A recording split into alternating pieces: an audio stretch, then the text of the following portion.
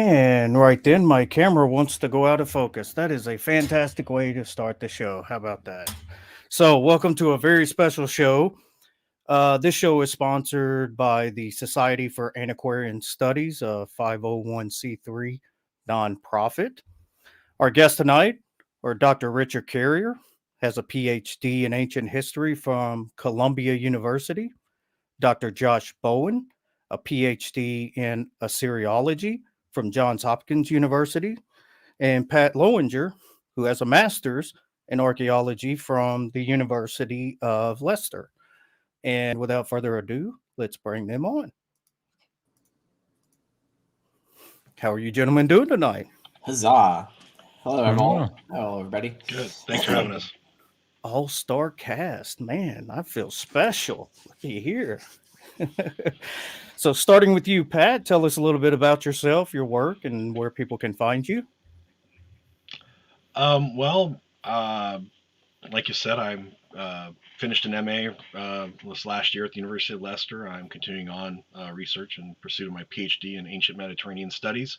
My research focuses on the transmission of religious ideas, ritual, and how that's represented in material culture as far as projecting throughout the Mediterranean. What happens when one group comes in contact with another, and how traditions and religious rituals are adopted and then translocated out of a region into another. And I'm just happy to be here because I'm a little bit of a fanboy for both these good guys. So, As am I. Dr. Carrier, welcome back. Why don't you tell us a little bit about yourself as if the people don't know? You're right. Well, for people who want to know all the things about me, richardcarrier.info is my website, and that has all the stuff, my about page and my books, classes, all the things I do, and my blog and my social media and all of that. But for today, we're going to be talking about ancient science, maybe a little bit of ancient technology. And my relevance to that is that was my PhD at Columbia University, is on attitudes towards the natural philosopher in the early Roman Empire, which I translate that as scientist. And I explain in the book, like I'm focusing on the natural philosophers that used a scientific method. So they're the most scientific scientists that they had back then. And so that led to two books. I mean, one is the little tiny short book, which is Science Education in the early Roman Empire. And that actually covers the whole education system. So if you want to study ancient education, even from biblical history perspective, it tells you what these authors of the Bible went through, what kind of education they received. The book focuses on science content and even does pop culture, right? So like how would illiterate people learn things? And there's a lot of actually channels by which knowledge would filter down to the general public, even if they're illiterate, and so on. So I discuss all of those aspects of education in that. But then there's my big book, which is The Scientist in the Early Roman Empire. Both of these books constitute my dissertation. I just broke them out into education separately, and then the monstrous book on the rest of it. Who were these people in the Roman Empire? What was the state of science at that time? What did people think about scientists? Like what the vocabulary, the attitudes, the values. What was their place in society? So I do all of that, and I include progress and include aspects of technology and its relationship to science and all of that in that book. And I've done other articles and chapters on the subject of ancient science in various other venues. And if anybody's interested, he actually narrates his own book on Audible, which is pretty cool. Including those two books. I've not done my last book, but all my science books are on Audible, read by me. I wish I would have found the shorter one because I was trying to finish the larger one in time for the show, and that didn't happen. But it's been fantastic up to this point, though. I've enjoyed it. So, and Dr. Josh, tell us a little bit about yourself, and welcome back. Thank you. I have no expertise in ancient Mesopotamian science because it's a very specialized area of the field, but I'd hopefully be able to, contribute enough to keep this thing interesting from my side. Interesting to hear about Dr. Carey writing on ancient education, because my dissertation, which I published as a popular level book, is also on ancient Mesopotamian education. Awesome. So that's kind of cool. but yeah, I mean, my PhD is from Johns Hopkins in Assyriology. I minored in Hebrew Bible. So yeah, I'm excited to be here, talk about the ancient world. Absolutely. I appreciate you guys all being here. This is going to be a fun show, and I'm not going to ruin it for everybody. I'm going to let Pat direct the questions on here because he's far more qualified. So I am going to. Sorry, Pat. I brought you here for a reason, and now you figured it out. So I'm going to turn it over to you guys and get ready to take some notes. Well, so I, by full admission myself, we were originally, Eddie had planned on having someone do his production. That person couldn't be here tonight, so he's asked me to impromptu direct our conversation, or at least the conversation at this point. So I have some talking points I'd like to do. And I'd actually want to start with you, Dr. Carrier. I'm a fan of your work. I will some point work it in how it relates to my work, but I'm familiar with writings, both your books, so both which are good. I'm one of those people. I started with Hodges, that 70-year-old, now 50-year-old text published in the 1970s, Right. Yeah. which has been updated several times. But really, going back, it seems that looking at the Roman world, we'll call it the Greco-Roman world for this point, from this point forward, the modern understanding of what science was seems to have really, in the last 50 years, maybe 60 years, taken several steps forward. And with yourself and it being the focus of your research for your dissertation, why do you think that is? Why do you think more modern people in recent times are paying more attention to what the ancient Greeks and Romans did as far as science and science education? Oh, that's a good question. I haven't really thought of that. I don't know.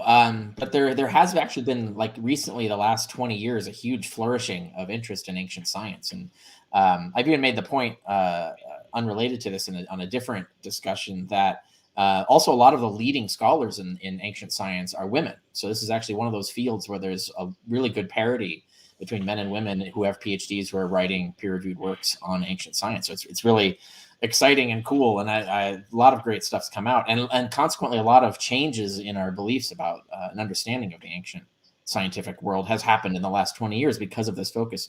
Same with technology too, by the way. Both issues are going on, like ancient technology and ancient economics. These are all interrelated fields, and they've kind of exploded the last 20 years.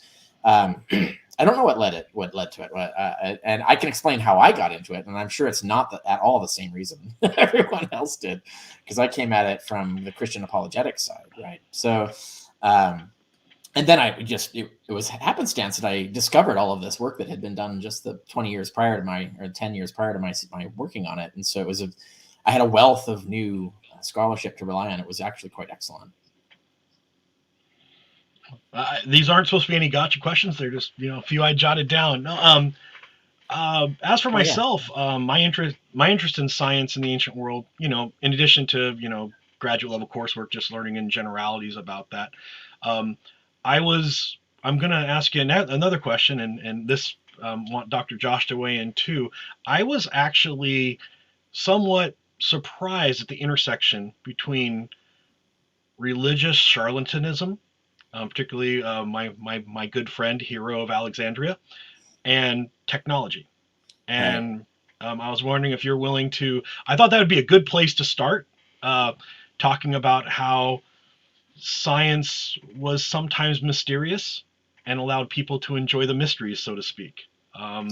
It was, religion was big business back then, right? So it was one of the forefronts of technology, was in the religious technology. It actually was. Yeah, they're building all kinds of wonders and things that could impress the crowds, basically.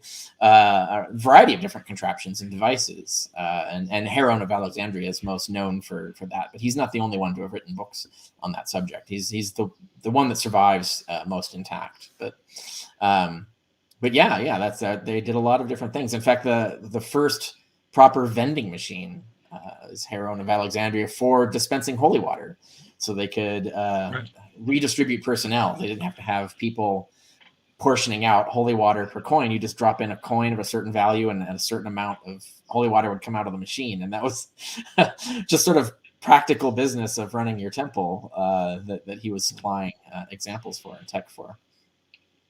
My favorite though for the religious is the bladder the iron bladder or copper bladder containing water underneath the altar. So when you light the altar on fire, it causes the pneumatic pumps in the doors to the temple to open.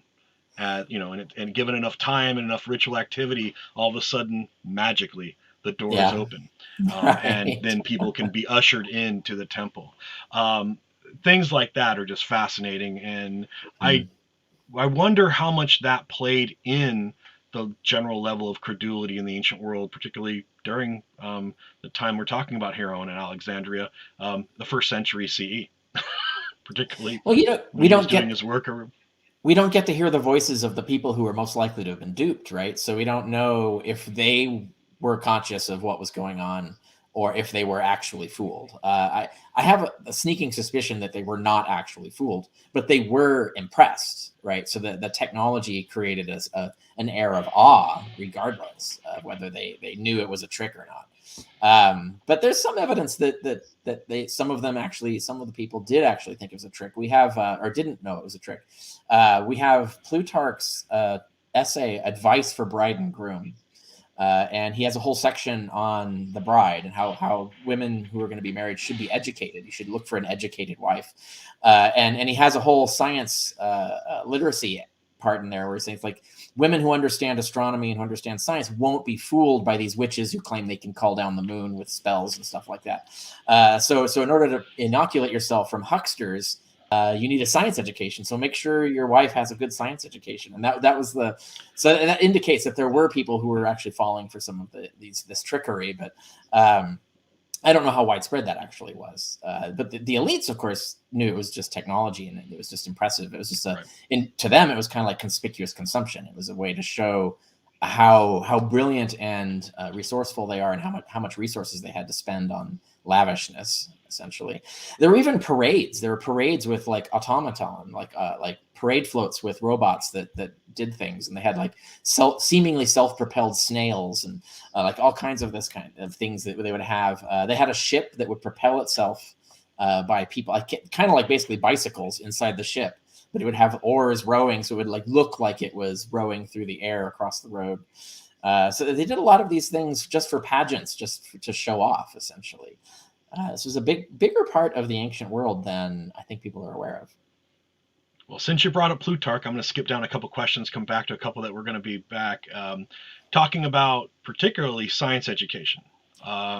He makes a point that I think in the text is pretty clear, that he equates skepticism and science as nearly synonymous. Not giving in to credulity. Given that, do you see science as being opposed in some ways to supernatural causation around the time of the Roman Empire? Are you seeing an emergence of that in your own? Oh yeah, absolutely. I mean, it happened before the Roman Empire, but it even becomes codified in the law, right? So Roman law, they had kind of like a state subsidy system for their healthcare system, where they would fund a certain number of doctor positions in certain cities based on the size of the city and stuff like that. And they were quacks and hucksters and faith healers were trying to get these slots, basically try to get these subsidized salaries.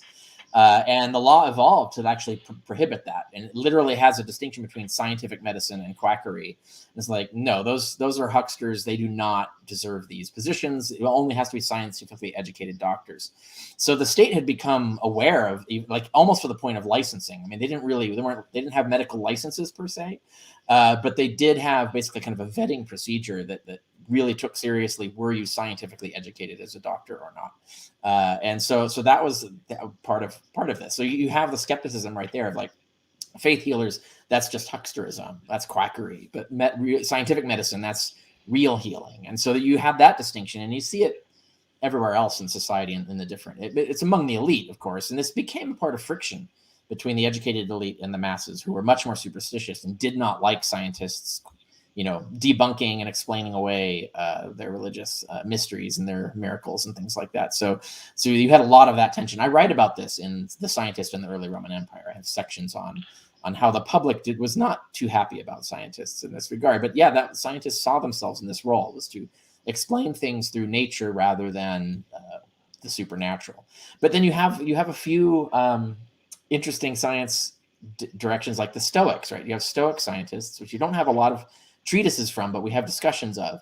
But they were trying to provide scientific explanations for religious phenomena that were actually supportive of the religion. So they were trying to develop a science of divination, a science of astrology, to give them like they had to try to invent like plausible psionic or whatever mechanisms by which these things would work through natural causation, right? So they were trying to justify these things through scientific methods and experimentation. We have the dream interpreter. Artemidorus is an example where he wrote this book on how to interpret dreams, like prophetic dreams. And he describes an entire scientific method there where he like does a massive collection of case studies, does kind of like a simplified statistical analysis of correlations between dreams and outcomes. And so he tries to actually mimic the methods of science to give a scientific defense of prophetic dream science. So, if I remember correctly, it's something like a flow chart too. As you read through it, it's kind of like if you have this, you have that. Right, and he kind of put Freud to shame in many ways about what symbols and different things mean. He's the predecessor. We don't have time to do it, but we don't have time to do it. But since you denigrated witchcraft, which is one of the areas that I study, I will say that the witches of Thessaly were known to be the best pullers and drawer downs of the moons in antiquity, so I'm going to defend them. Moving forward, though, I do kind of, since both of you have studied and talked quite a bit about education, I do want to pull Josh in here because he's been quiet and avoiding speaking at all. But starting with education, the attitudes generally towards education, literacy in society, I would like to hear, I think the audience would like to hear a little about education, both from a Mesopotamian, generally speaking, and a Greco-Roman point of view. And if you two would take a couple minutes maybe and kind of give a thumbnail sketch of what an education would look at a certain time in antiquity, I think the audience would appreciate it. So we'll start. I'm going to go first, just for chronological purposes. Yeah, chronology, man. Good. Sorry if you hear my son screaming in the background. He does not want to go to bed. So we have a lot of information about scribal education in the early second millennium and then in the first millennium. But sorry, I don't know if you guys can hear that, but it's only faintly. It's not interrupting. You're all right. Okay. So basically, scribal education in the early second millennium was sort of at the household level. So we think that probably in the late third millennium, it was much more organized by the state, much more part of the bureaucracy on a larger scale. But the archaeological evidence that we have for education in that early part of the second millennium is, much more at the household level. But essentially, what scribes did to learn their craft was they copied. They copied out simple sign lists, cuneiform sign lists. Then they started memorizing and copying out these long vocabulary lists, syllable lists.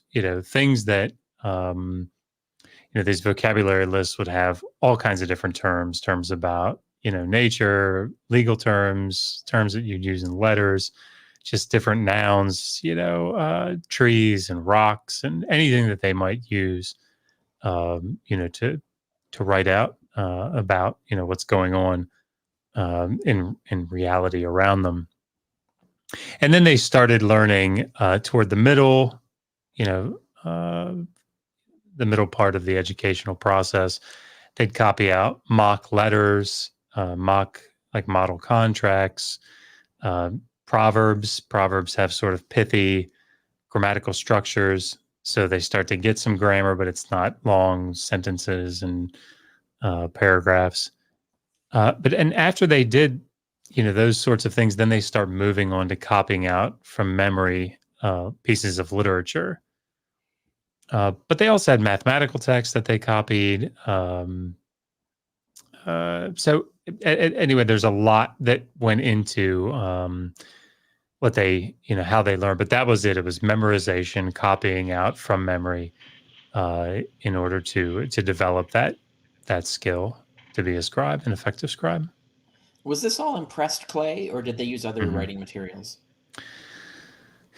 The evidence that we have is for the pressed clay. I mean, we have like recycle bins where you actually have, the clay sitting there soaking in its archaeological context in situ. But those are the best, because those finds tell you so much about the culture and psychology. Yeah.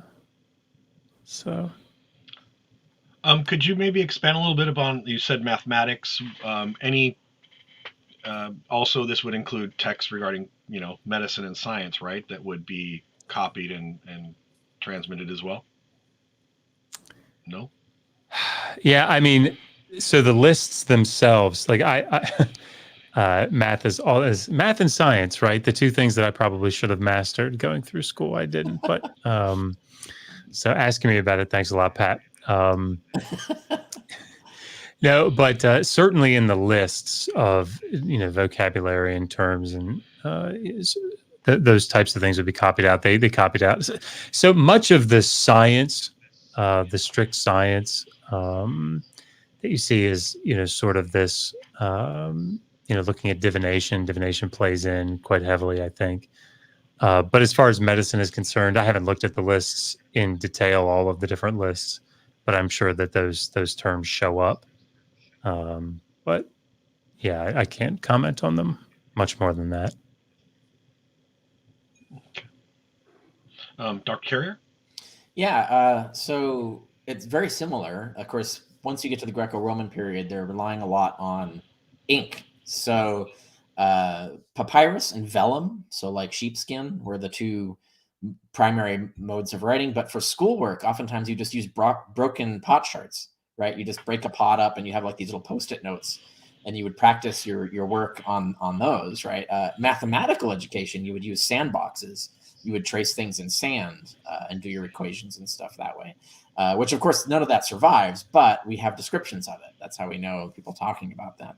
And then wax tablets. That's another, the most number one thing that student carried around would be this, basically a several sheet board of wood with wax on it, and then you have a metal stylus with a smoothing side and a writing side, and you would write in the wax, and then you could smooth it out and rewrite in the wax. Instead of, for example, in the 19th century America, they went to chalk and slate, right? But back then it was wax and stylus. But it was because that was more like the art of actually of inking. So anyway, yeah, so that was one change. And then, it started in the family. So you're the equivalent of primary school, your basic literacy. The family was expected to provide it. Now, there were some later in the Roman Empire, when we get to the Roman Empire, there were some subsidies for families to help put their kids, get their kids educated, but they weren't a lot, basically. And some philanthropists funded schools in their hometowns. So they had like endowed schools for all the children. Sometimes just the males, but sometimes both men and women, boys and girls, would go to these schools. So we had a lot of that going on. And I talk about all of that in there. But they would start with just the basics of literacy and basic arithmetic. And then you would get into more complex grammar.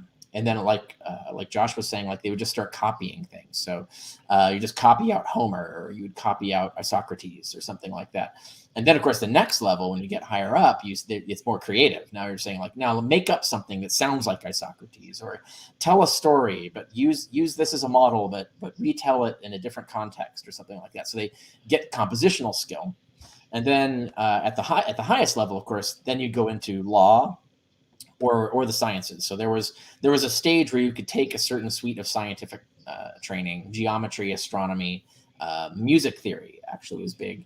And then most of there wasn't really medicine didn't really come up in general education. You had to go to specifically medical schools or apprentice under an actual scientific doctor to get medical training. But there wasn't a lot of medicine in general ed, but there was astronomy was definitely a big thing in general ed. So there was a lot more astronomical knowledge, but that's so tied to agriculture that was one of the reasons.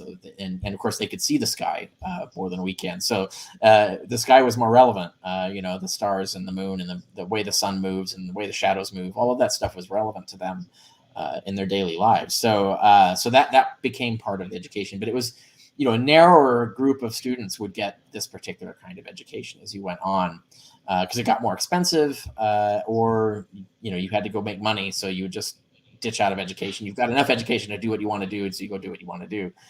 To go all the way was often quite expensive. You usually had to have a patron willing to fund your education, or you had to have a wealthy family who supplied it. Although we noticed, I did a survey of all the scientists we know about in the Roman Empire, and all of them seem to come from the middle class. We have a lot of aristocrats writing about science, but not doing science. The actual doers of science typically came from successful middle class families. So like Galen's father started out poor, became an engineer, and then made wealth, on his own through engineering, and then funded Galen's medical education.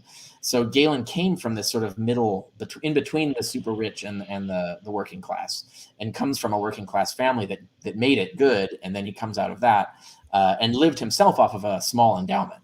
So he wasn't like super wealthy, but he was wealthy enough that he didn't have to take fees for his work, but he did it anyway because he wanted the experience and the prestige and all of that. He saw every job that he got as an opportunity for scientific research. So he has a lot of fascinating tales where he gets opportunities to do studies on patients or on animals or things like that through the course of his regular work. Well, I want both of you to just kind of discuss one of the interesting things from a Greco-Roman context. And you're talking about astronomy and astrology, which they weren't separate disciplines in the ancient world. The intersection between East and we'll call it West, roughly, the Mediterranean, it seems that both the Greeks and the Romans looked eastward often for their knowledge, and the best astronomers came from the East, i.e. a lot of wise men, data, by the way. You get a lot of references that they appreciated a lot of the precise observations that they could get from the Babylonians, for example. In fact, they were able to make some amazing discoveries by using some of the recorded data. So like precession of the equinoxes was discovered using observations of planetary positions that went all the way back like 2,000 years.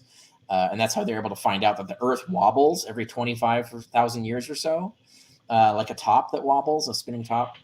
So that's why the constellations rotate. So if you think you're a Sagittarius, you're probably not, because it moves. What constellation rises in each month changes over this 25,000 year period. But they were able to discover that using Babylonian data, comparing it with theirs and so on. So, and they did appreciate this a lot. A lot of the eclipse prediction work relied on Middle Eastern data from prior eras when they were poor in theory, but they were good in observation. And so when you get to the Greeks and Romans and they're super big on theory, for which you need a lot of data to tell things, they were very appreciative and used a lot of the Babylonian and other Eastern archives for this stuff. Yeah. And my understanding, and if I'm wrong, correct me, is that, again, you're talking about the theory versus the data. The Babylonians being meticulous in their observations, but not necessarily understanding the theoretical implications. But they front-loaded the data, and then the theory got done on the backside. And even in their predictiveness, they would just build arithmetic models rather than physical models, right? So they were looking for patterns that you could find mathematically, but they were less interested in the actual celestial mechanics of why those patterns existed. And it's the Greeks and Romans that started building actual models of the solar system or planetary system, depending on which side of that debate you were on back then. And so, they were much bigger into theory and then figuring out why these things. So that's what, by the time you get to the Roman period, they're already speculating about universal gravitation and a variety of these things that we see in modern science. They were toying around with this stuff. And you'd mentioned like astrology and astronomy being very closely entangled, but there were debates even in the community there. There were astronomers who thought astrology was bogus. And then there were astronomers who thought it was legit. And they did keep these two separate. So Ptolemy, for example, wrote treatises on astronomy and a treatise on astrology, and he was a pro-astrology guy. But he kept them separate, and he actually explains methodologically why he keeps them separate. So they definitely have the scientific consciousness that these are separate pursuits, different sciences. So even the people who are pro-astrology, they're trying to make it scientific, still see it as different, a different science than astronomy proper. Okay.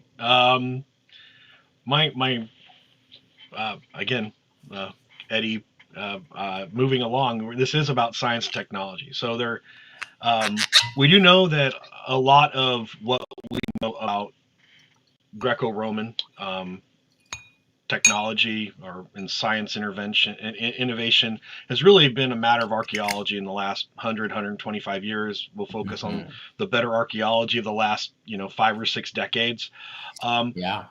A lot of people may not be aware that the Romans themselves, towards the middle part of the empire, were starting to begin industrial level manufacturing and processing, which I don't think people understand, like at places like Barbagal and in Rome, that there were these massive industrial, we'll call them pre-industrial to make some of the people happy, pre-industrial complexes. And I was wondering if you wanted to maybe discuss those at all.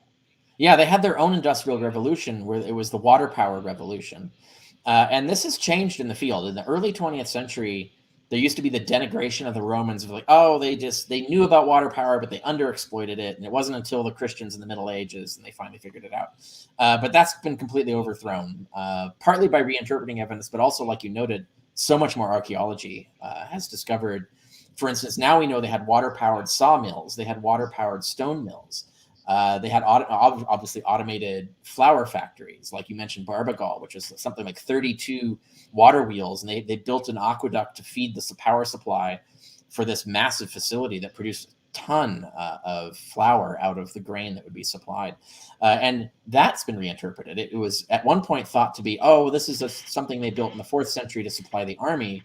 But now archaeology has completely redated it. It's actually early 2nd century, and it was actually a commercial enterprise. So we had actual capitalism going on here. We had wealthy individuals got together, formed what then was the equivalent of a corporation to build this thing for efficiency of scale, so they can make tons of profit off of monopolizing the local flour market, essentially.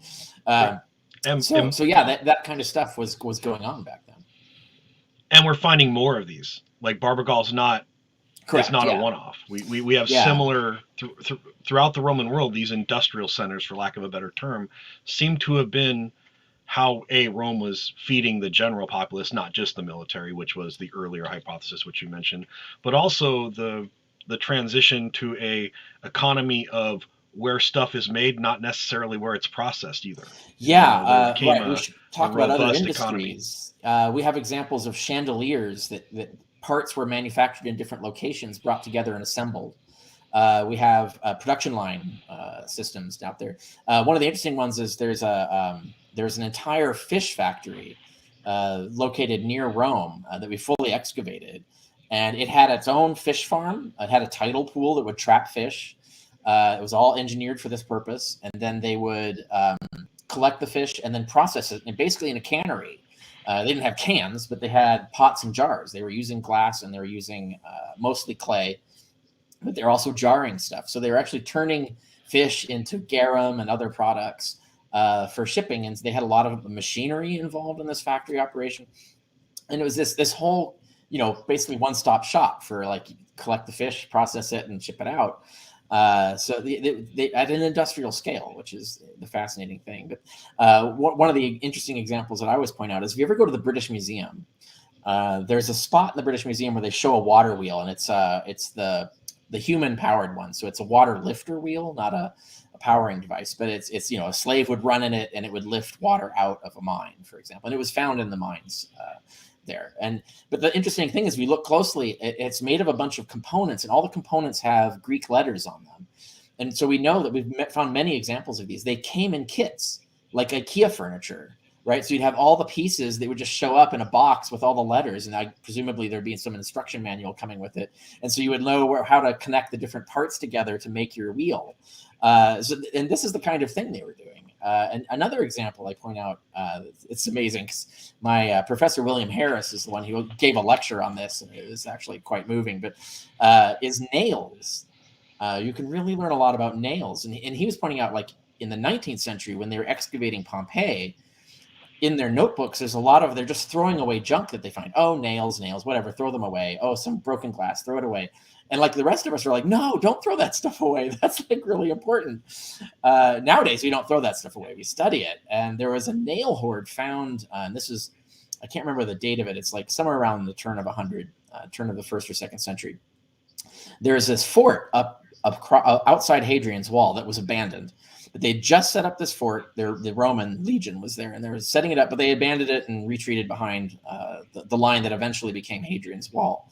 But this fort is up there, and what they did is they just buried all their supplies, right, so that the enemy couldn't loot it, right? So they just buried them, which is a treasure trove for archaeologists. You're going like, oh man, you can see all of the stuff they have in their warehouse, and one of which is they had nearly 1 million nails. Now, if you want to think, like, this is the furthest reaches of the empire, like way out there. Where do you get 1 million nails, and how do you transport them there? What do they cost? Who's making these nails, right? Like this shows you the scale of the economy that they had. And not only that, they analyzed these nails, and they found that there are actually 6 different types of nail, all metallurgically made to a specific type in a different way to perform different functions. So they were actually specializing nail design and manufacturing and mass in some fashion. So like these are the kinds of things that blow us away and have changed our perspective on ancient industry and technology.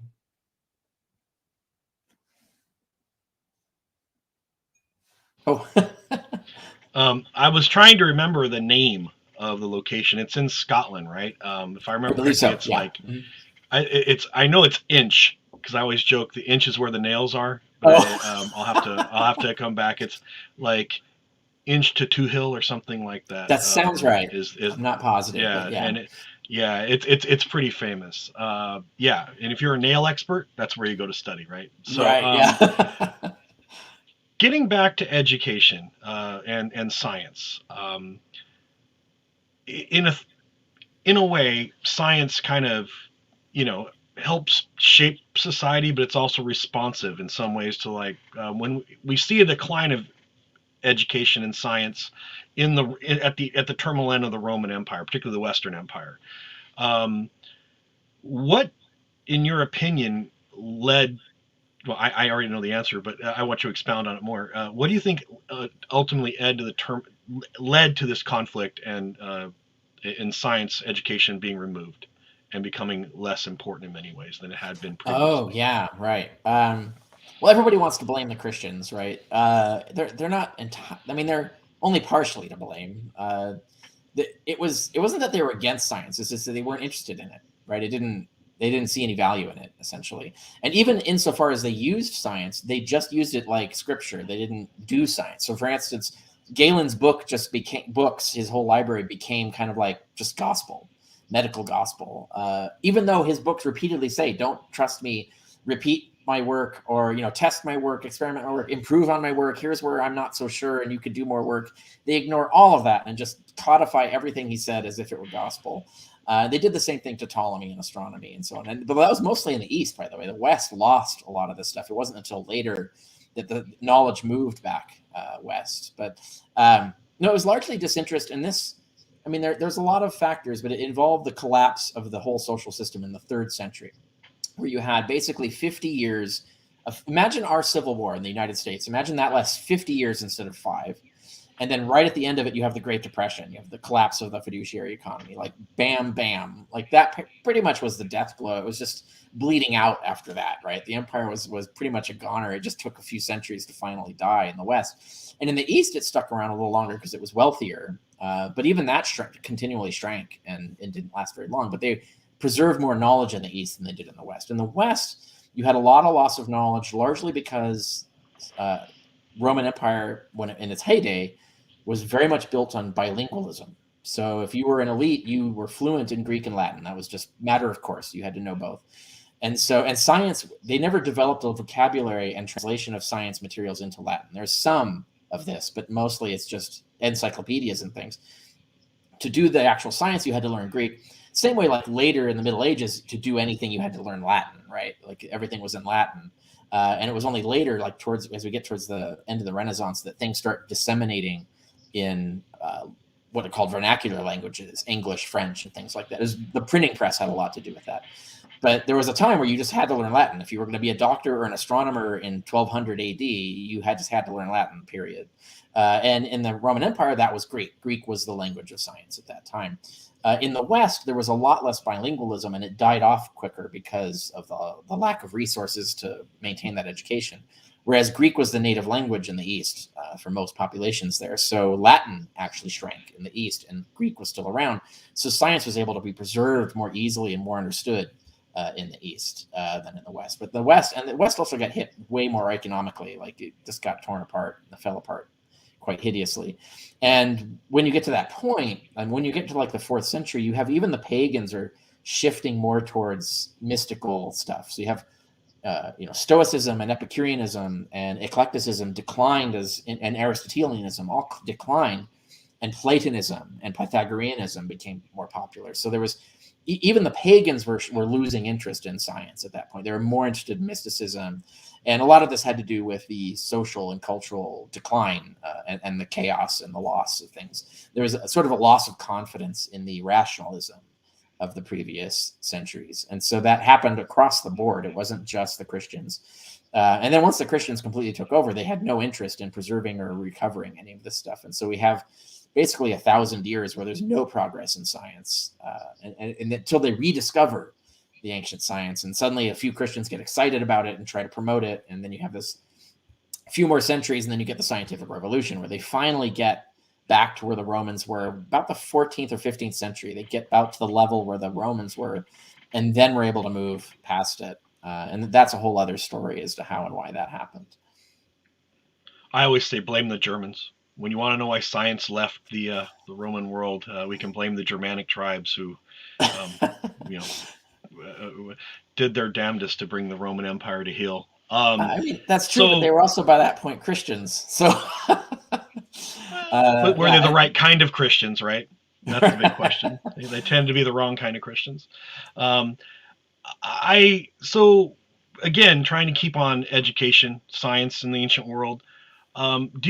Accessibility from the commoner. I know from my own reading and research that like the Roman military, they educated a portion of the military solely as engineers. If they didn't recruit them, they trained them, and sometimes it was a hybridization of both.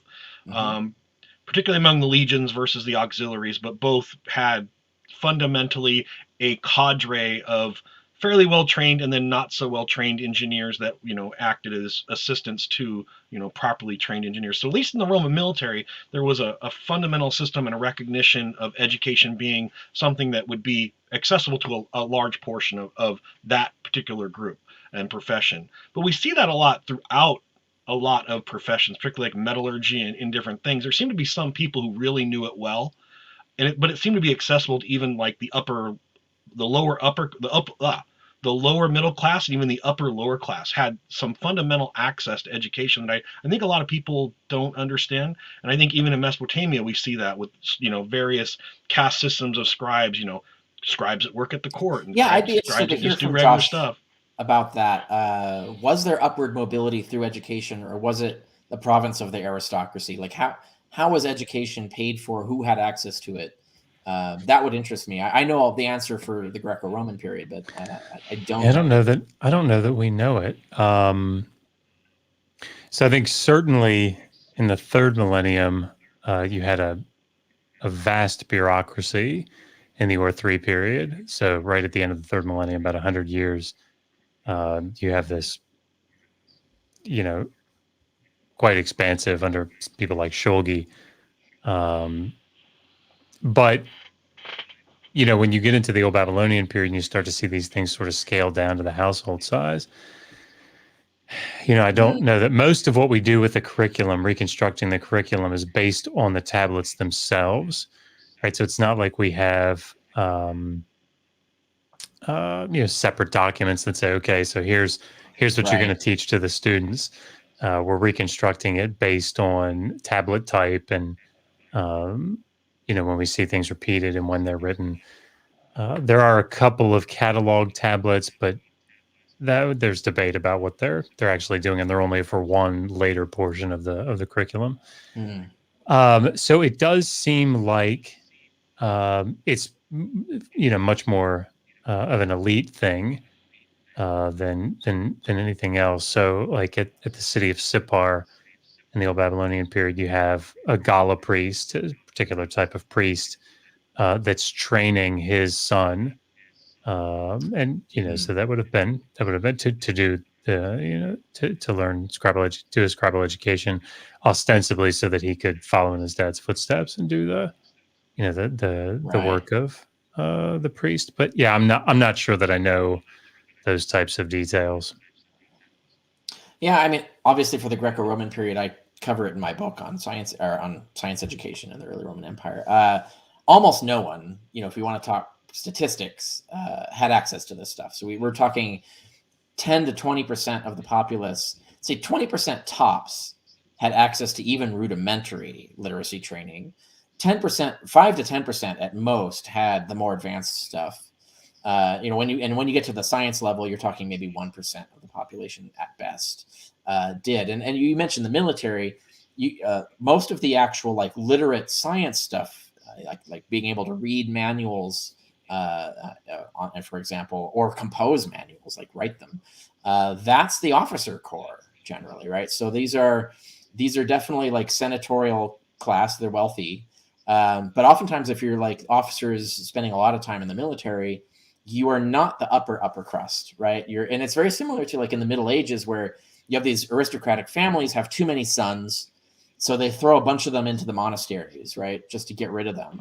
So they're still aristocrats, but they're like going into these essentially what look like lower class occupations, but they're educated, right? And so they're able to like preserve the books insofar as they could preserve any at all.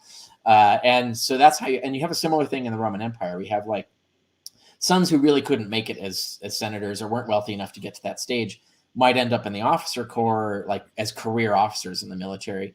And we know they were bringing a lot of engineering knowledge, literate engineering knowledge. There was a study done, can't remember the scholar, but he analyzed a lot of like the mining tech that we have all across the Roman Empire, spanning 3 continents, right? And there's so much similarities, it seems like standardization of technology and procedure. He said there had to be schools. There had to be manuals. There had to be schools that were teaching engineers. We just don't have any chatty author telling us about them, as opposed to like Galen, who tells us tons of stuff about medical schools, right? So there was clearly like schools doing this. And if we look at and I give Galen as an example, Vitruvius is another. I go through several, like Heron talks about education. And so we have some examples of who these people were. And like I mentioned, they tend to be upper middle class, but they often came from lower classes, like their family did, right? So they're often like the people in the middle who are trying to get ahead. And the aristocrats loved science. They loved writing about it. They loved hanging out and hobnobbing with scientists, but they rarely became scientists themselves. They were too busy running their massive farms and other industries. Well, science was work. Scientists had to work in the ancient world. And the reason I brought up the Roman military is, again, you're right. A lot of it's implied, it's interpretive, but that's what archaeologists do. But we seem to find similar instruments associated with the Roman military throughout the Roman Empire. Like was there a standardized engineering kit that traveled with the legions? Almost certainly. And it appears there were. Yeah. Mm-hmm. Right. So, which means it was probably formally disseminated. That you could probably pick an engineer that was recruited, in Egypt and drop him into a unit anywhere in the Roman military if necessary, although we know how military was recruited provincially. And that engineer would be able to function and, not being able to tolerate the cold if he was sent to Hadrian's Wall. But we do see that quite a bit. And we see that the Romans being very practical for their need for science. They knew that there needed to be someone who knew how to build the bridge, but then guys who knew how to build maybe lesser experiment. I'm just going to say guys who learned on the job, talented commoners, so to speak, who acted as assistants. And then they got recognized as such within the military apparatus. Can you make a good wagon wheel, right? Like Yeah, come join us. We'll pay you.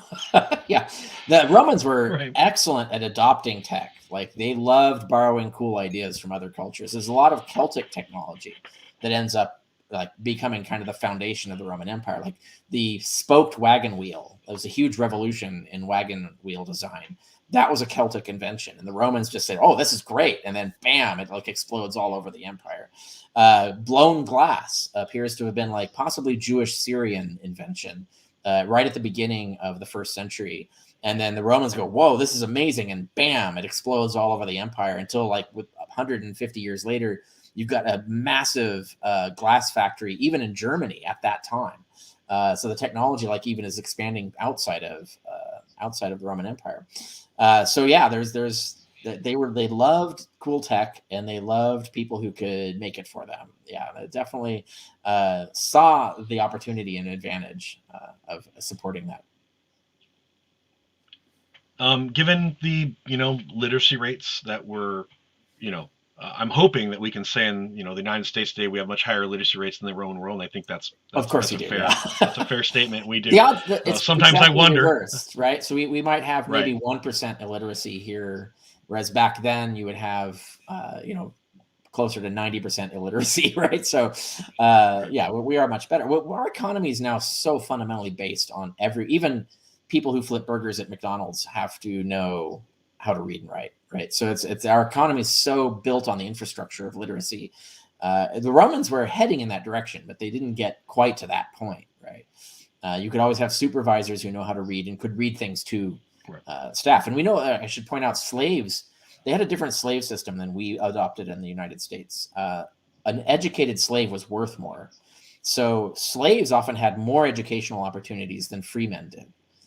People often don't realize this. So like a lot of your opportunities were to get educated as a slave. You're more valuable. If you're smart enough, you showed aptitude.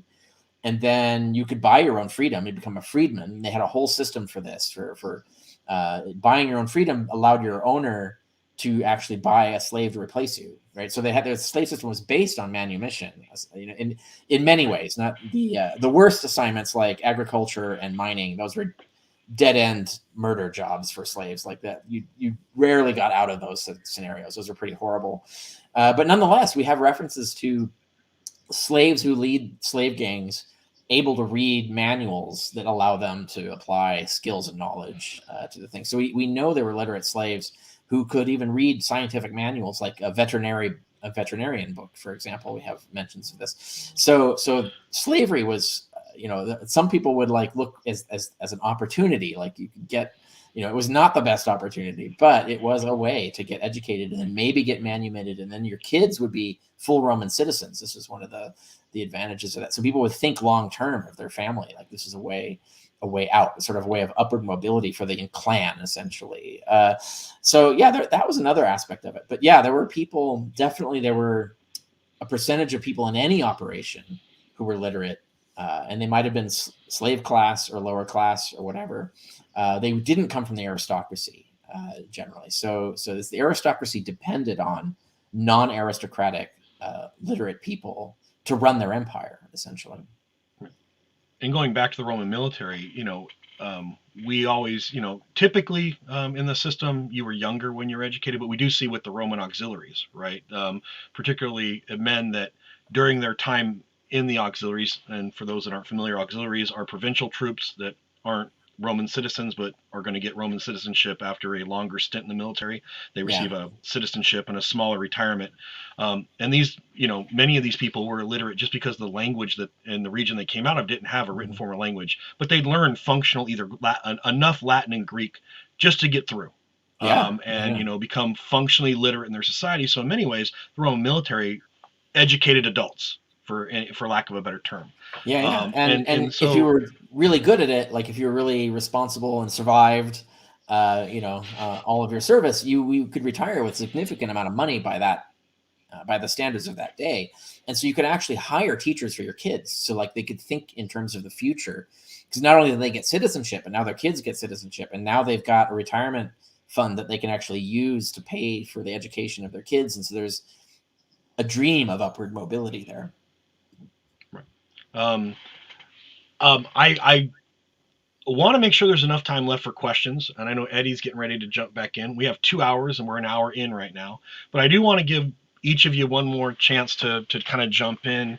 If there's anything we haven't covered so far that you think maybe we've missed, like I would love to hear about anything about, with, the Hanging Gardens or anything that either, Dr. Josh, you can think that would be interest to folks. And also like, Dr. Carey, I'm going to limit you to like 1 or 2 of your favorite inventions in the Greco-Roman world, because if I let you say all of them, the show will end before you stop talking. Yeah. Because I have read your book. Your book, the second book, the thick one, folks, it's about 500 pages.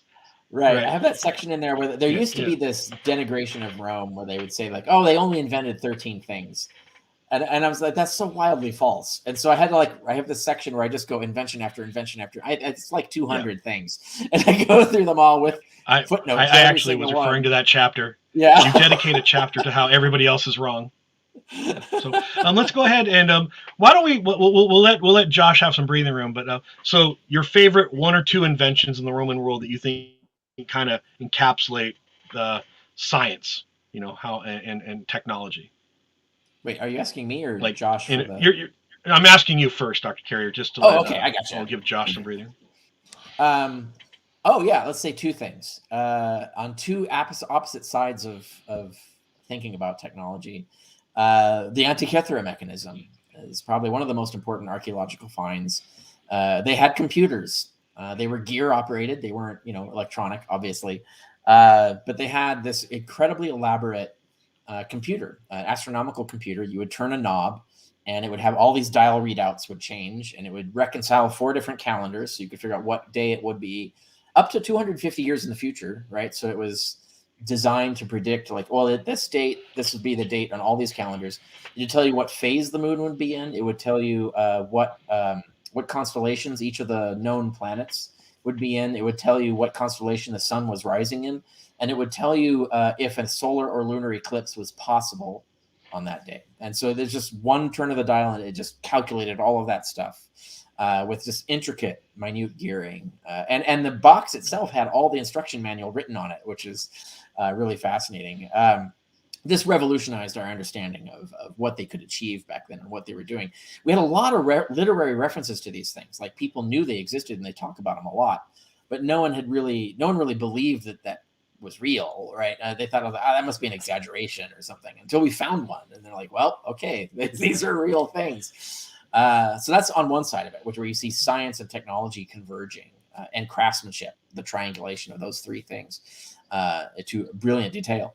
On the other side is a bread kneading machine, right? So we recovered at Pompeii, the bakeries, these industrial scale bakeries, they'd built a machine where personnel who were operating the machines could just turn basically this lever and it would operate, and it would just knead massive amounts of dough for kneading of bread. And so they invented this machine to make more efficient the kneading of dough for bread. And that shows even for common, ordinary, everyday industrial technology, they were coming up with clever ideas to automate and increase efficiency and productivity. Thank you. And your first example is the reason I dislike marine archaeologists, because they find all the cool stuff. The terrestrial archaeologists find bread kneading machines, and the marine archaeologists find all the really cool stuff in shipwrecks. But we'll move on from that. I could go off on a whole tangent on that, but yeah. And Dr. Josh, if you can, anything in the ancient Mesopotamian world that you think is just fascinating upon reflection. Yeah, I mean, I think from a scientific standpoint, how they thought scientifically and how they developed, the way they went about doing early science, I think is really intriguing. And again, as I always say, not my area of expertise, but to think about some of the early texts, like Omen series, for example, where you have, if X happens, then Y will happen, and how that began.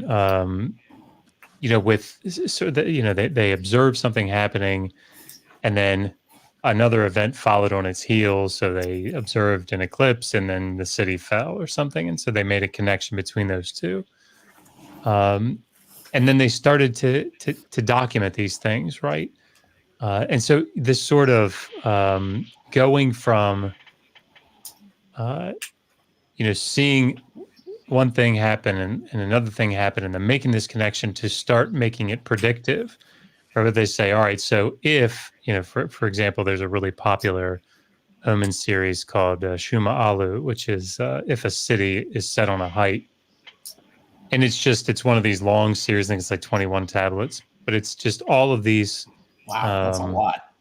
Yeah, some of the stuff is really goofy, right? Like if you have tall men in the city, there will be disaster. If you have short men in the city, there will be flood. I don't know, like it's some of the stuff it's sort of all over the place, but it shows how they're starting to think not only deductively, right, but in the sense in abstraction, because what they do is they say, okay, well, we saw, twins were born to this woman and they had really great wealth. And then we saw another woman that had twins and she also had great wealth. And so they started to develop this, okay, we're going to put these treatises together that, sort of not only will document all these different omens and these different things that will happen that are the gods communicating with us about the future. But then they start to abstract it. So it's like, okay, if a baby is born with 10 toes, X will happen. If a baby is born with 11 toes, this will happen. If a baby is born with 14 toes, this will happen. Things that aren't even possible, right? But they're starting to think in this abstract form. Right. Yeah. And so that's really interesting to me to watch that develop. And of course, as time goes by, when you get down into the first millennium, you had, as you guys were talking about, people that were like, this was their profession and they were well known for it. And they would memorize these treatises and they would memorize these manuals on how to interpret dreams, how to interpret celestial things, how to interpret terrestrial things. But then the king, if you remember, if you guys remember the book of Daniel, the king's like, I see that you're just trying to buy time. Don't just tell you. I'm not going to tell you what the dream is. You tell me what the dream is. So this already this idea, right?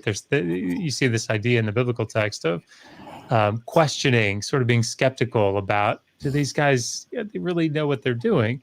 Right, so you see somebody like Ashurbanipal, the Assyrian king, who goes to great lengths ostensibly to try to learn how to read all these omena so that he can actually check out, all right, are they really interpreting this correctly? Because I know how to read this stuff now. So it's some pretty cool stuff. Anyway.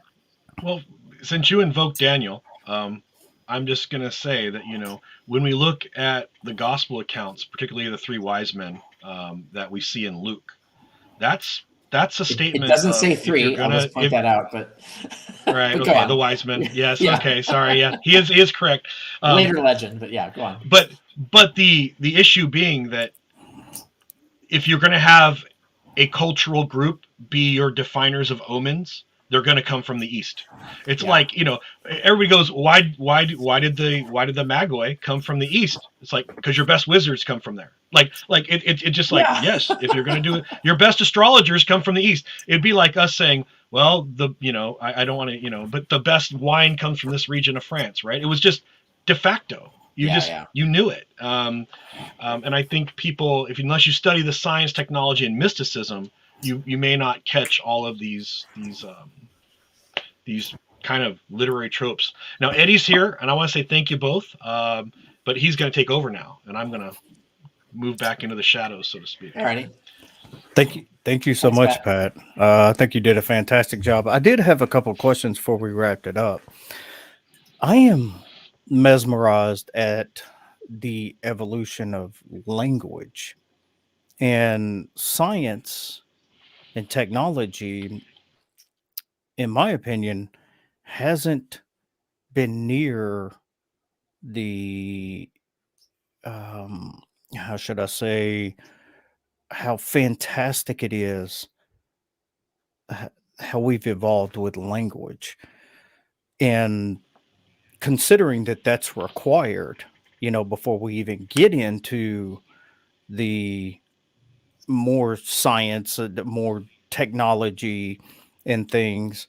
So, Dr. Josh, what kind of insight can you give us, being in a Syriologist, and the evolution? How take us back, kind of, to the means that they would have used to teach the language as it evolved. What kind of things would they use? Obviously, they didn't have chalkboards and dry erase boards. How would they communicate these things other than just in an oral fashion? Yeah, I mean, so to go back maybe one extra step, because I didn't even, it's good that you brought that up because I didn't even think about that. I mean, writing was invented, right, in Mesopotamia. And if you think about the process by which they came about writing, it's actually pretty amazing. It's just very, very quickly. They had these tokens at the, like end of the fourth millennium. And these tokens, and they had them earlier as well, but these tokens represented individual commodities. So like you had 3 tokens, they all represented 1 sheep each. So you had 3 sheep. And what they would do in order to secure, I own these 3 sheep, or I'm going to transfer them via this, courier or whatever. They would take those 3 tokens and seal them in a clay envelope, this hollow ball. And then they would roll a seal across it or put a stamp seal on it for the owner. And that would secure the content so that the guy couldn't like go eat one of the sheep or something on the way and be like, yeah, here are the 2 that the guy said he gave you. You can break the envelope up and be like, it's supposed to be 3, buddy boy. Well, eventually, it's great, but it's not terribly efficient, because if at any point during the journey you want to know how many sheep you're supposed to have, you got to break the clay ball open, right? So what they did is they had the ball, they had the tokens, they would impress the token on the outside of the ball. So if there were 3, they'd impress 3 of these, triangular shaped tokens or whatever, and then they'd seal them inside. And now you could look at the outside of the ball and see 3 impressions of the tokens. You say, okay, there are 3 inside. You shake it and you can hear it. After time went by, they realized, well, if we impress it on the outside, what the hell do we need the tokens for? So then they just flattened out the clay ball, the clay envelope, and just used it to write it. And so that, thinking it through that way and the evolution of how it developed is really fascinating. So then from who was it? Somebody recently, like a pop Christian apologist, wrote something. It's that detective guy. Oh, J. Warner Wallace. Yeah. Oh, yeah. Dr. Jim Majors sent me a screenshot of something that he wrote. Where it was something like, it's a travesty that that the ancient Mesopotamians wrote on clay because we don't have any of their records, because clay is perishable. It's not until you get the papyrus. And I was like, what's that now? You're not a very good detective. I'm speechless. I'm astonished. Okay. It was bad. If that's your research and you failed cop school, I can guarantee you failed cop school. But what's interesting about the way that the reason that we know what we know about the curriculum during the Old Babylonian period in particular is that we have thousands and thousands of these tablets, these school tablets. Thousands is probably, we have right now probably about 500,000 cuneiform tablets preserved. Right. Yeah. Wow. So, and you really can reconstruct and they're not manuscripts like later copies. You can see the thumbprints of the scribal student in the clay. I mean, that's how original they are. So, using the clay medium actually has been phenomenal for us, because you can watch the progress of a student as they learn. You can see how the last thing I'll say, there was a type of tablet that's called a type 2 tablet, and Well, He's like, I have one. like, so it's this isn't one, but what they would do is that there'd be a line drawn down the center, and on this side you'd have the teachers a really beautiful, example of the writing that the student is supposed to copy, and over here on this side you'd have the less beautiful version of it. Right. And if you turn it sideways, it would be really you have a bunch of them that are really, really thin because it was a palimpsest. They would do it and then they'd rub it off and do it again. And so anyway, those types of tablets, you can see how they educated them, and you can see how the scribes practice. It's really fascinating. It's really fascinating. Yeah, Anyway. that sounds awesome. So just a little bit on that. I know you're not a Hebrew scholar, but so they say that you can take the ancient Hebrew and you can actually see the evolution of the language as like the not the Pentateuch, the the first 5 books of Moses, the Torah. You could actually see in the 5 books of the Torah the evolution of the language, which is how we know it wasn't all written by the same person. Is that something that when we look at old cuneiform, can we actually see an addition of words and dialect in what we have or what we have recovered from that time? Oh yeah, and I mean, you see it not in real time, I suppose, but I mean, like so when you do it with the Hebrew Bible, you're doing it from later manuscript tradition, right? So when we look at something like Exodus 15 or Judges 5, and you say, all right, these are, maybe 11th century or whatever. These are old poetic forms that have been added in later, or things built up around it in the Exodus tradition. We're not doing that because we have these older copies of it, right? We're doing it because we look at the language, we look at the grammatical structures, we look at the vocabulary that's used, and we can determine, okay, this is archaic biblical Hebrew, this classical biblical Hebrew, standard biblical Hebrew, or this is whatever, transitional or late. But you're doing it all from this sort of final form, these the final manuscripts, the earliest ones that we have, where it's already combined together. Right. Whereas with cuneiform, you have the originals, right? So like right now, if you learn Akkadian, for example, and this is something that I don't think a lot of people recognize, you either are going to learn like Assyrian dialect of Akkadian, you're going to learn Babylonian.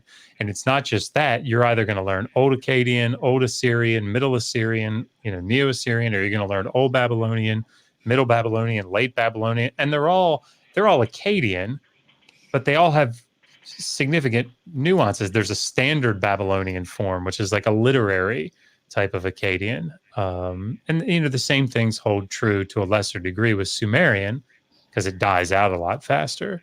But you can see it in the tablets from their respective periods, as opposed to having to try to reconstruct it from this final compiled form.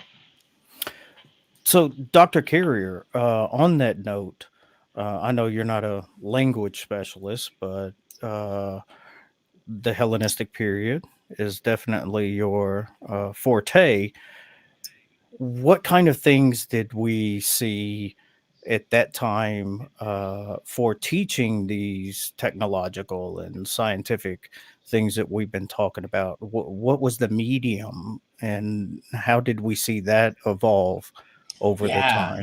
We're even in some ways in a better position and in some ways a worse position than Josh is. Like the tablets, those clay tablets survive over a longer period of time, and you have so much more of them. Well, I mean, we have tons of papyri too, but it's all isolated mostly to Egypt because Egypt was the only environment where papyri were likely to survive. Now, we have some exceptions to this. We have 2 exceptions. Like sometimes you get a papyrus who gets buried in a bog somewhere and it's anoxic, so it doesn't rot or whatever. Or you have someone who moved to Egypt. They retired, like they're moving to Florida, and they brought their archive with them. So we actually have dug up examples of archives of like Roman officials that retired to Egypt and brought their old archives with them. Those are always fun and useful things to get. So, but usually we're getting Egyptian stuff, even under, Greek and Roman administration. So it's Greek and Roman, but it's in the province of Egypt specifically. We don't get a lot of the papyrus, but we do have one other advantage: inscriptions. The epigraphic, the trend of the time, the fad of putting things in stone and steel, or bronze, as the case may be. Like there was just that happened a lot in the Greek world, but it's super exploded in the early Roman period, like the early Roman Empire. So many inscriptions. That teaches a lot. We can do like even regional dialects from inscriptions and things like that. So a lot of what Josh is talking about, we can do. We don't have as continuous. We have a more spotty kind of random peek at these things, but we can do it. I actually did take ancient Greek linguistics at Columbia. Oh, wow. And that was the one course I hated the most because it was so hard.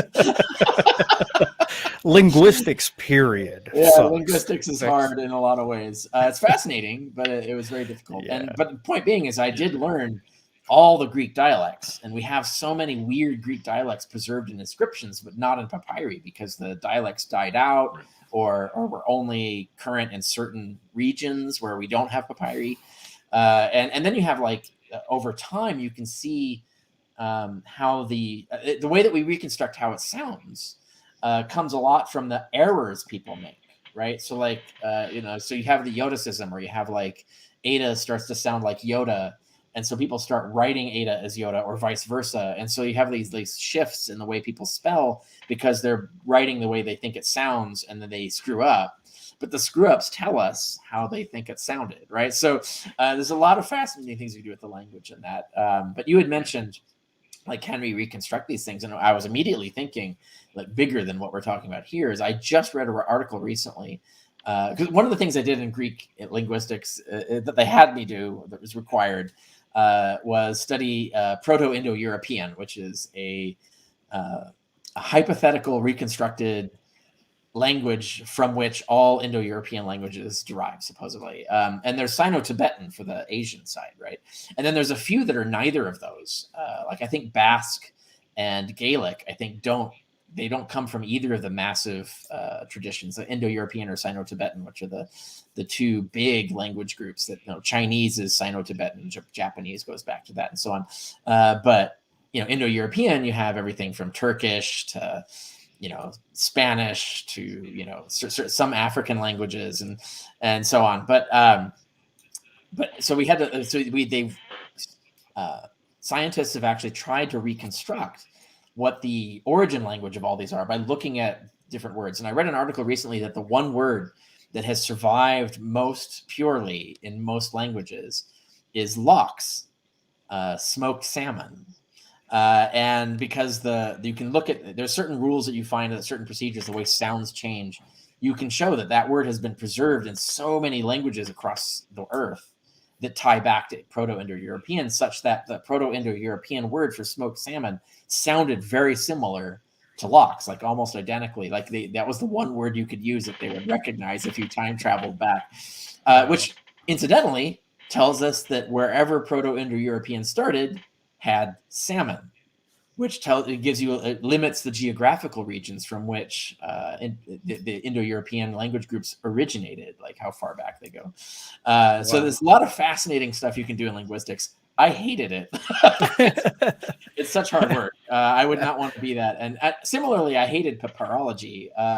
I did master it. I took a year papyrology under Roger Bagnall, who is like one of the world's leading papyrologists. And I loved it and I benefited from it tremendously. But I was like, when I was about to enter the job market, I went in a different direction. But when I was about to, I was considering not putting that on my CV because I did not want to get appointed to be in charge of papyri. Oh my God, papyrology, trying to translate papyrology was a nightmare. It was so hard. And so many ways it could go wrong. And there's so many ambiguities. Right. That was the thing that I hated the most, was the ambiguities. For example, one of the things that I did was I studied, because a lot of stuff is in ancient Greek cursive. Mind you, cursive. Cursive. This is like doctor's cursive. So it's scribal cursive. Oh, no. A shitty kind of scribble. And you're like, I'm supposed to figure out what the fuck that says. It's really hard. And I hate it. And then you do it, and then someone points out, no, it can't be that because it's this. And so I did this one thing. I did this one tax receipt, which you can find on my website. If you find the Easter egg on my website, I have a link to the whole project I did on this. Is this tax receipt? Well, it was actually a collection of tax receipts. This farmer, small-time, tiny little farmer in Egypt, and their family, they kept these tax receipts year after year after year.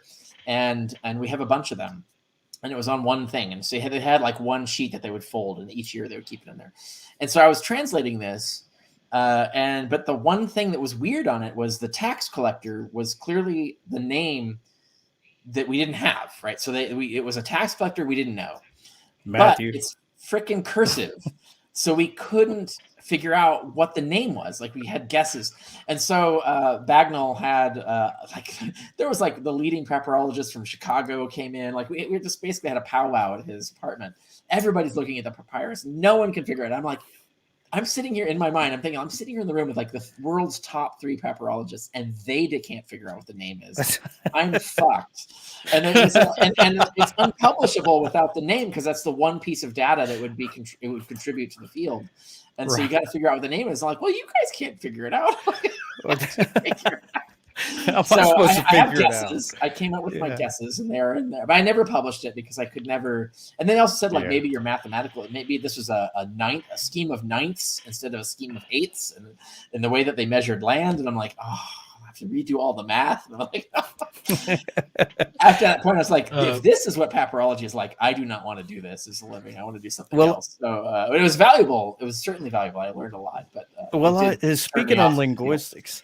Yeah, speaking on Eddie, since you brought, sorry, I was going to throw in. No, I was going to say real quick. Speaking of linguistics, speaking of linguistics, I just put on my Twitter the other day. I was looking at negation, and I looked on Stanford Encyclopedia for Philosophy, and it had to have been a linguistics philosopher that wrote that article, because it was the most technical.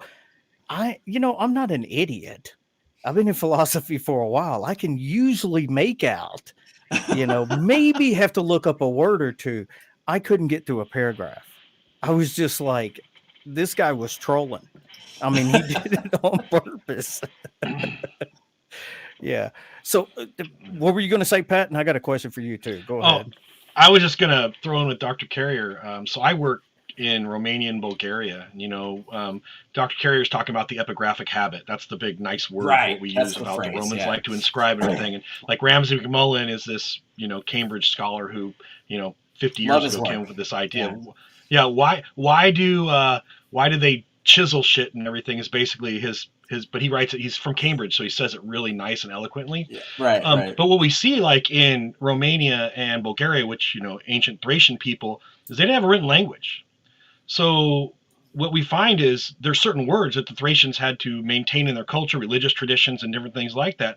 So they had to approximate either with, and what we really find awful is you're taking a Thracian word, translating it into Greek, and then using Latin characters or using Latin characters to make a Greek word.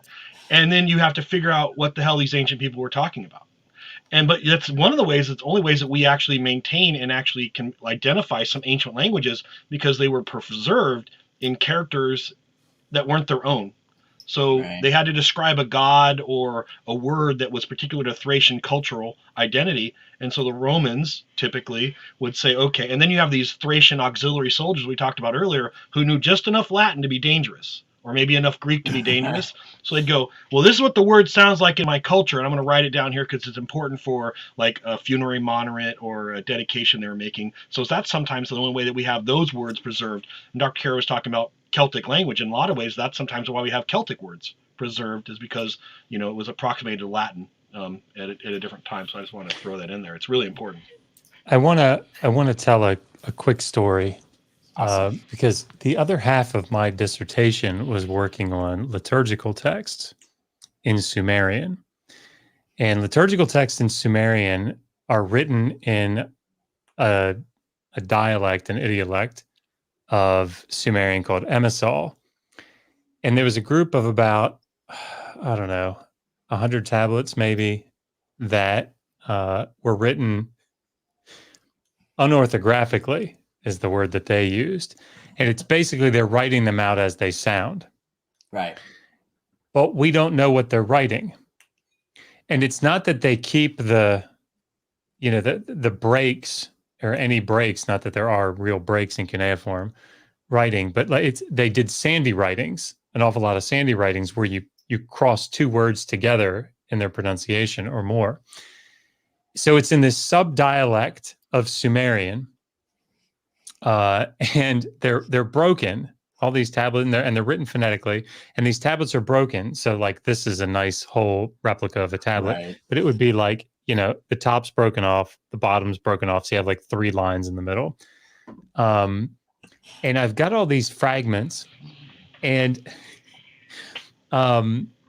so it would be, just for the audience that doesn't know, essentially if you go to a graduation and they say write your name, so that the person reading out at the graduation can read your name and pronounce it correctly. You don't write Joshua. They want you to write it not as it's spelled, but as it's pronounced. So they'd want me to spell it JAH-SHOE-WAH, so that somebody could just pronounce the name. That's how these tablets were written. And cuneiform isn't an alphabet, right? These are syllables. Yeah, each sign is a syllable, and each sign has multiple values. So like the ba sign could also be read bod, bot, or till. So you see, like each of these signs has all these possibilities, but it's not spelling it correctly. There were a lot of long nights sitting with 5 or 6 signs and like pronouncing them out loud to myself, trying to see if I understood the emisol, the subdialect Sumerian word that it was trying to represent. Right. Oh my God, yeah. It was fun. I have a chapter in my book about heavily. it, in case anybody's interested. Yeah, I was drinking a lot. For me. So I was going to ask Pat, being more of a modern historian, a little bit more modern, A little bit more. what kind of evolution have you seen on the medium that was used to write and teach different languages or mathematics or any of the scholarly things that we're used to seeing? Well, so I study the same time period basically as Dr. Carrier, the pre-Roman and Roman periods of, we can get all technical, but the provinces of Moesia Inferior, Moesia Superior, modern day Bulgaria and Romania. Yeah. The great thing is a lot of my people are illiterate. So I'm looking at material culture. Now, occasionally we get inscriptions and things like that, and that's really useful. Dedications in Latin and Greek, being really good. But I also spanned into the early Byzantine era, and I think that's what you're referring to as the stuff that we're doing up in Romania with the excavation at Halmiris, and that's from basically the era before Constantine, but from Constantine and forward is where the excavation is currently working. We're looking at the Byzantine layers, right?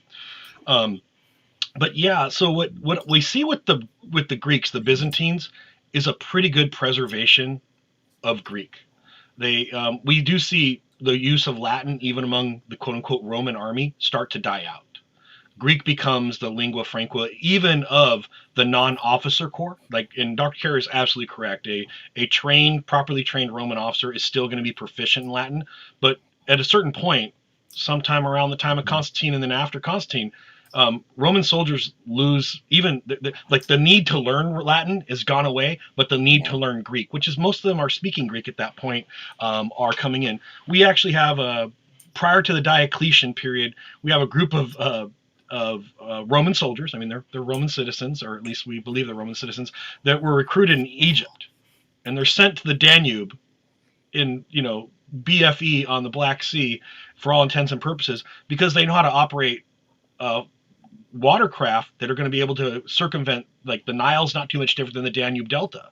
So you take these Roman soldiers and you throw them up there. And what's funny is we start finding little votive altars, little dedications and votive figurines of crocodiles because they came from Egypt and there's crocodiles in the water. no crocodiles in the Danube. Yeah. But they maintain this cultural norm, right? So those are the kind of things I look at. It's fun to find dedications in style and form to Osiris and Isis that are found in the Danube, because we had this Egyptian unit that was at Halmaris, and on the Black Sea. So it's kind of interesting. So sometimes I'm not dealing with the people I'm dealing with aren't literate. So we don't have a lot of inscriptions on my site. It's a military fortification. The inscriptions we do have are largely dedicatory for like different emperors dedicating reconstitutions of the fort and the civilian settlement that's adjacent to it. So literacy is not the primary thing I'm looking at. I'm looking at transitions in material culture for the most part, although inscriptions are really insightful. I have to say, like, I went to England. I've been to England a few times and done a lot of research in my field there. But one of the coolest things I did is my then wife and I went to Cirencester. I don't know if I'm pronouncing that right.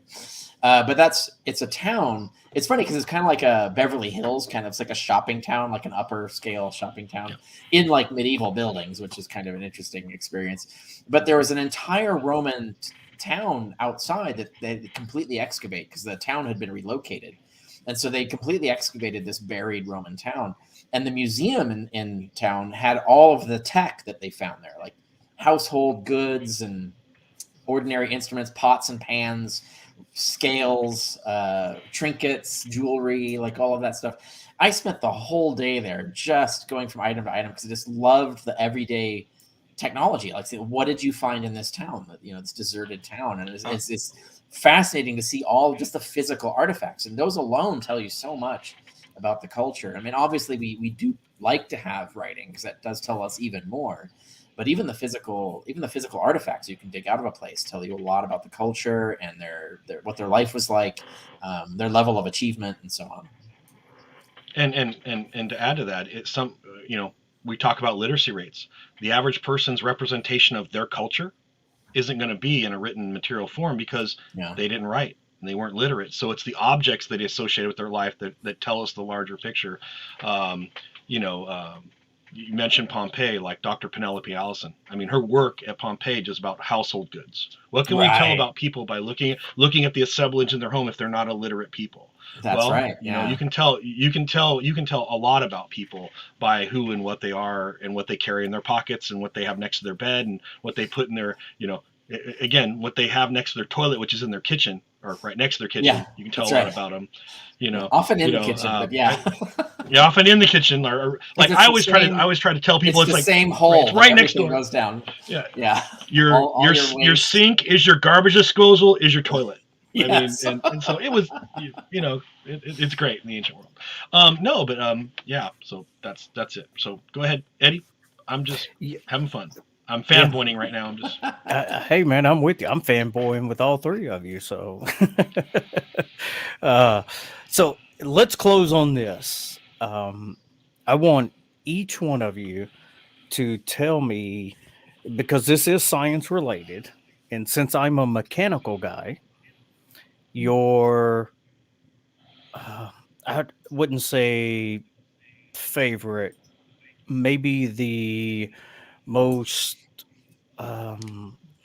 what's the technology or the inventor or invention, any of the above, that stands out the most to you?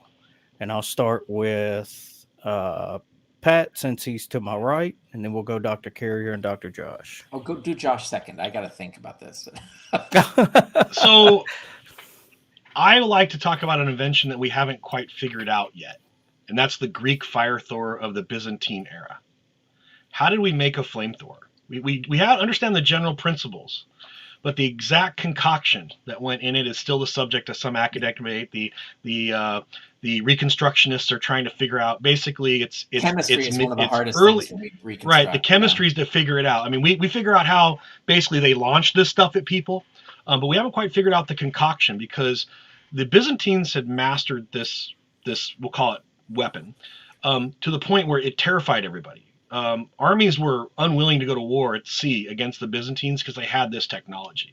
And so the Greek fire thrower, the Byzantine fire thrower, which seem to have been accumulation, something they devised on their own, because we don't have too many pictures earlier. Like the Romans knew how to, put stuff on a catapult and launch it at people like a ballista.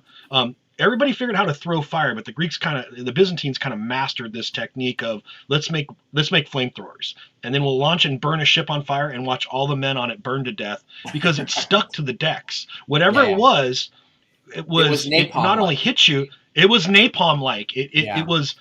And men would jump in the water and they'd continue to burn, according to some accounts. That's crucial detail. It's very much like napalm. Right. And so we haven't, science and archaeology and historians and this emerging field of reconstructive archaeology, right, where we try to go back and figure the experimental archaeology, where we try to figure this out. We haven't figured it out completely yet. We have some good ideas and the general thumbnails are out there, but we still don't know how the Greeks, the ancient Byzantines, were able to sail around the Mediterranean and shoot fire at people and burn their ships to the ground, and then have this substance that seemed to be, as you're throwing water on the deck, all you're doing is spraying around and making the fire actually worse. So or not having any effect on it. So, I mean, that would be one thing that amazes me, but I'm hoping before I die, they figure that one out. Right, yeah. Dr. Josh? Yeah, I mean, I think we have a lot of that in the ancient world, because the aliens, when they, sort of brought down their secrets, they didn't really let everybody in on it. So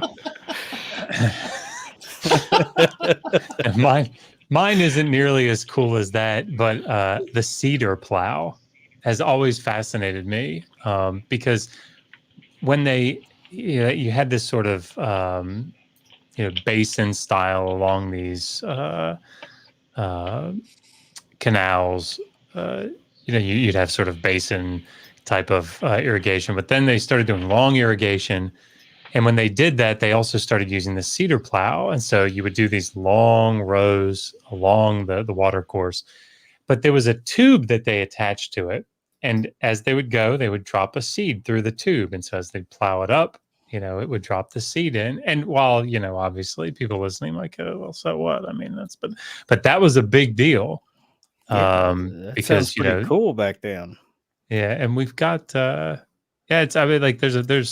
we've got some information about it. There are texts that describe the makeup of the plow. There are debates between there's a debate between the hoe and the plow, where the hoe and the plow are yelling insults at each other. So we actually learned a lot about the plow. Are you saying you had a debate among hoes? Is that what you're saying? Something like that. There's actually there's a literary text that Scribble students had to learn, and it's called "The Song of the Hoe," which I think is pretty funny. Far out, yeah. Awesome. It took this long to go off the rails. I'm disappointed. But we did it. I'm glad you had Josh in, because I don't know a lot about these things that he's been talking about through the whole show today. So I'm benefiting a lot from this. This is awesome.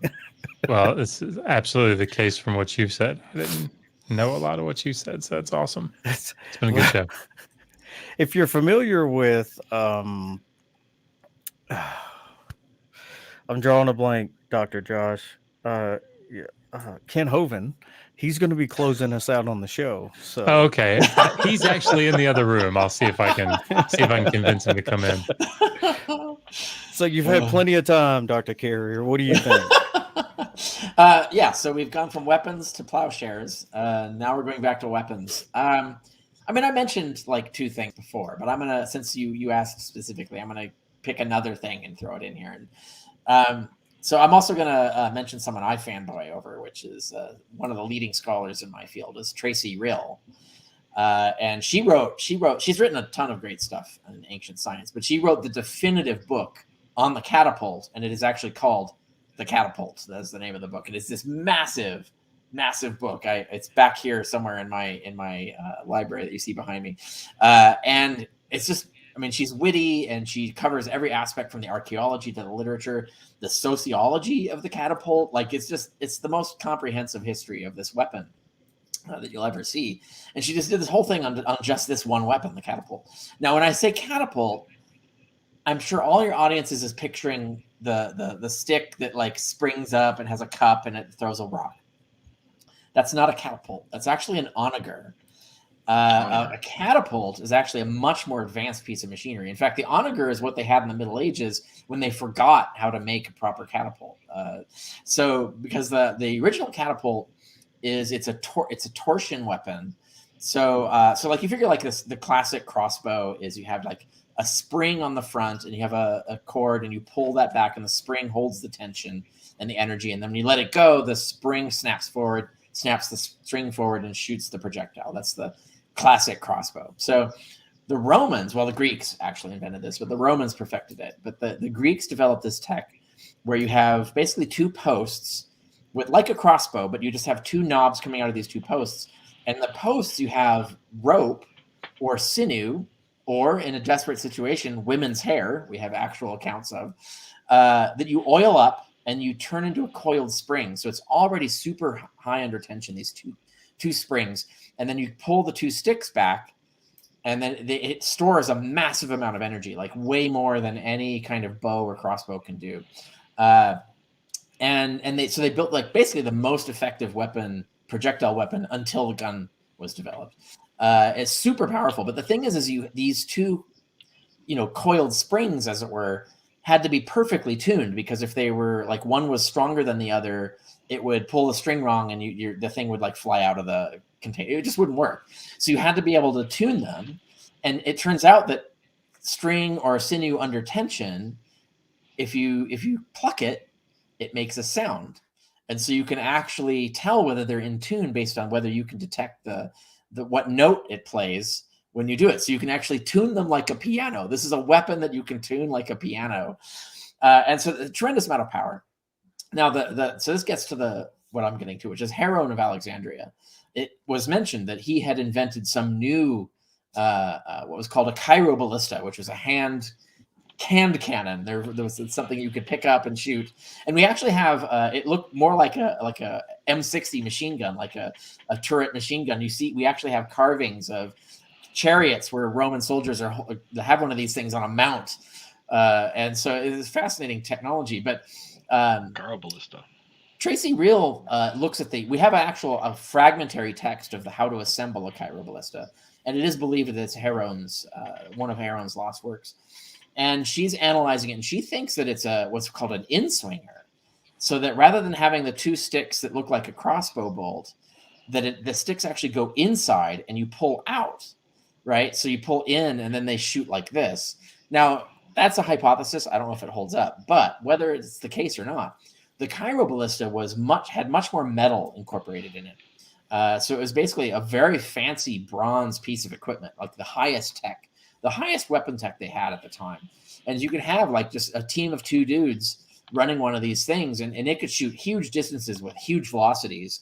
And if you were to use like the little lead pellets, they would literally penetrate a whole human body. Like they would just go at a range of like 300 yards. Like these are like, and we have accounts where the barbarians who are getting shot up with these things are like freaking out because like bullets would go in them and not come out. And they're like, what the fuck just happened?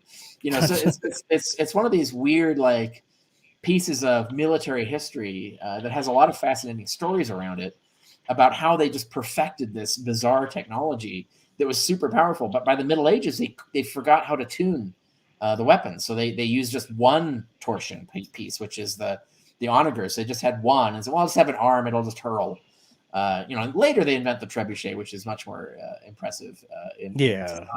Definitely much more impressive. But it's still not torsion catapults. So these torsion catapults are amazing, and they're actually competitions now where people can show up and like show off their torsion catapults and see how powerful they are and how big they are and how far they can shoot. And so it's still a thing. Like it's a popular thing to like rebuild torsion catapults.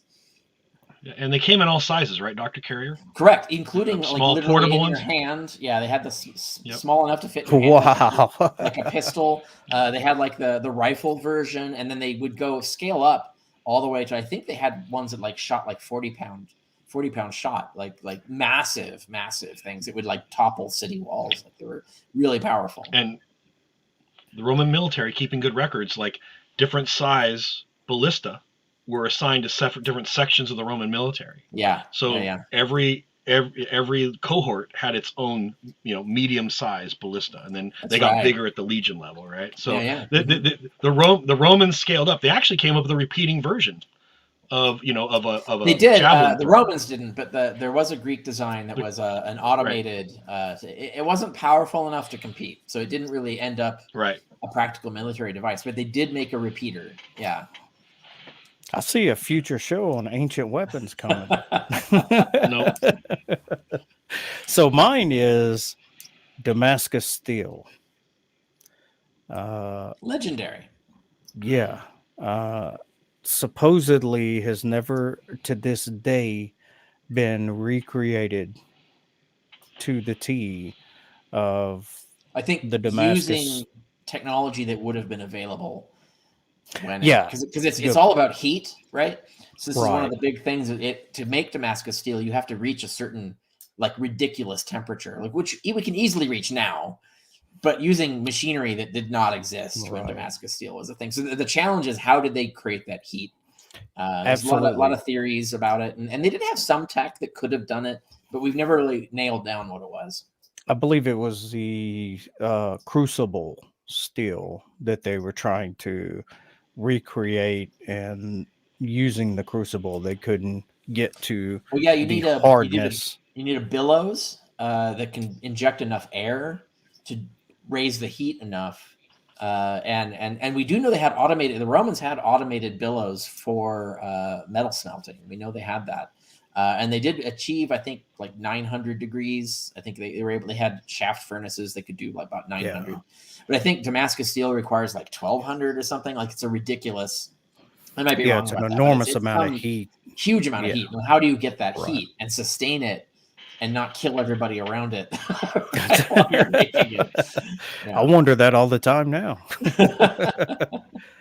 So on that, I am extremely humbled and happy that all three of you gentlemen have come on to my channel to talk about this tonight. I've enjoyed every single minute of it. It has been fantastic.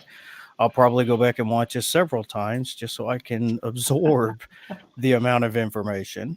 Awesome. And I think that it's only appropriate if Kent Hovind tells us how he feels about history on the way out. Yeah, Awesome. let me see if I can track him. Hey, Kent.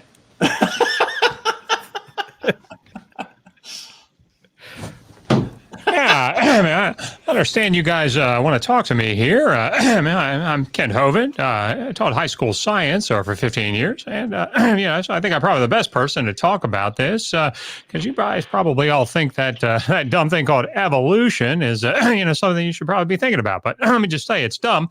And you shouldn't be teaching it in the schools, okay? Now, Eddie, I see you up there. You're part of this, it's a Brute Facts podcast. You're probably sitting up there thinking about whale penises, aren't you? You pervert? Yeah. How did you know? I don't know why you guys are laughing. You're probably a bunch of atheists up here on your way to hell, okay? I'm here to help. Oh my goodness. It is not a good show unless we end it with Kent Hovind and Dr. Josh alongside Kent Hovind.